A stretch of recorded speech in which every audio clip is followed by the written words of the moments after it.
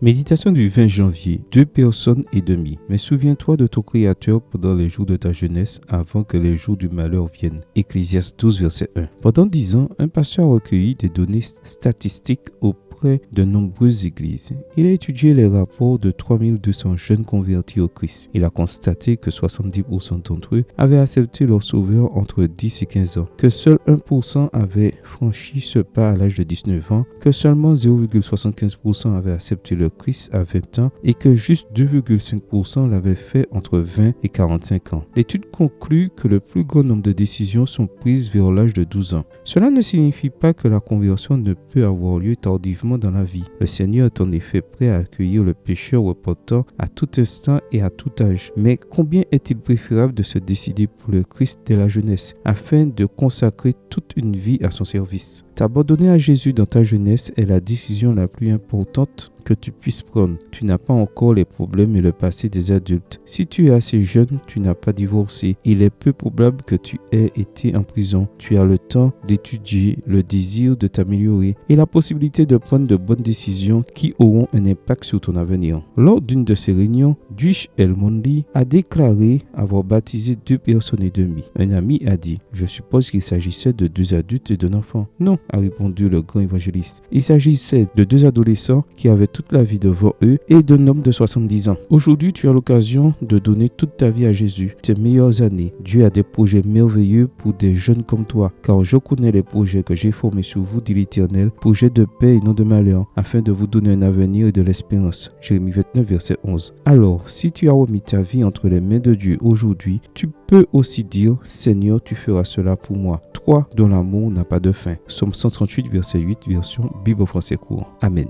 Bonne journée à toi et que le Seigneur te bénisse.